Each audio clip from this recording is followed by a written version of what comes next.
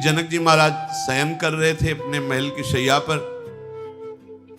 उन्होंने स्वप्न में देखा कि उनका राज्य छिन गया, वो बहुत गरीब हो गए, भूख से व्याकुल हैं। तो कई जगह मांगने पर कुछ दाल और चावल मिला, तो एक मिट्टी के पात्र में लकड़ी बीन करके आग लगा करके पका रहे थे खिचड़ी दाल चावल। इतने में दो सांड लड़ते हुए आए, वो मिट्टी का पात्र भी टूट गया। भूख से व्याकुल आह करके उठे। जे उठे तो देखा कि राजमहल में राजशैया पर, तो ये क्या था? वह सत्य कि यह सत्य? अब सभा में बड़े बड़े विद्वानों के पास सुबह प्रश्न किया कि वह सत्य कि यह सत्य। अब यह वाह में कोई व्याख्या करे तो समझ में आवे, पर बस केवल इतना ही प्रश्न, यह सत्य कि वह सत्य।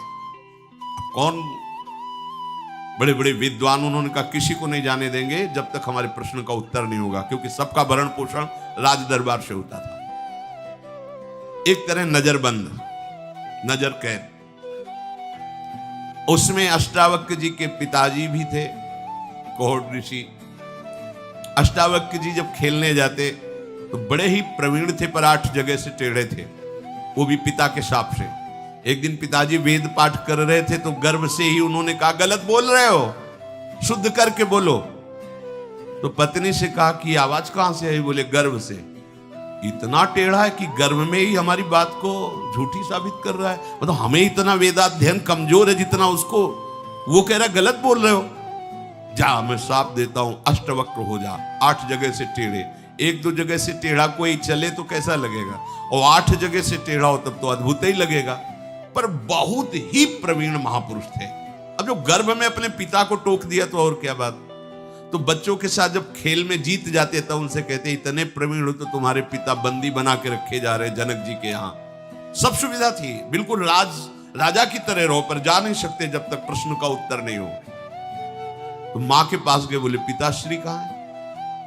उनका मत पूछो, तुम हमारे इकलौते लाडले लालो, वहां जाओगे तुमको भी नजर कैद कर लिया जाएगा। नहीं, अभी 9 कुमार ही थे।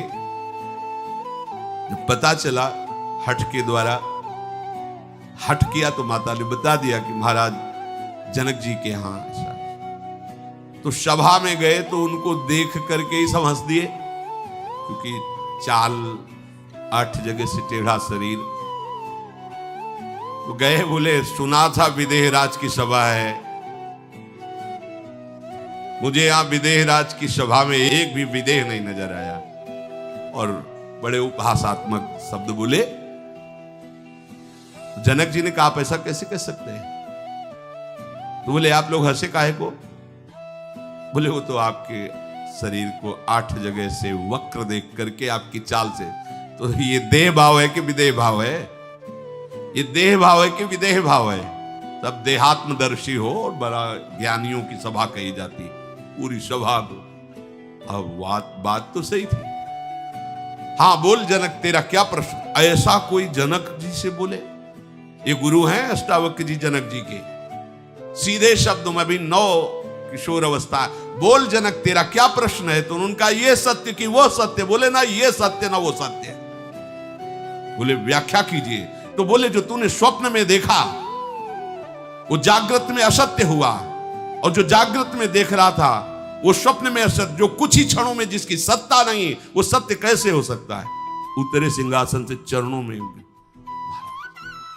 असली बोध मुझे कब प्राप्त होगा? बोले घोड़े की रकाब पर पैर रखकर पीठ में बैठने में जितना समय लगता है, उतने में तुझे ब्रह्म बोध प्रदान कर दूंगा। उतने समय में ब्रह्म बोध। अष्टावक्र जी ऐसे महापुरुष।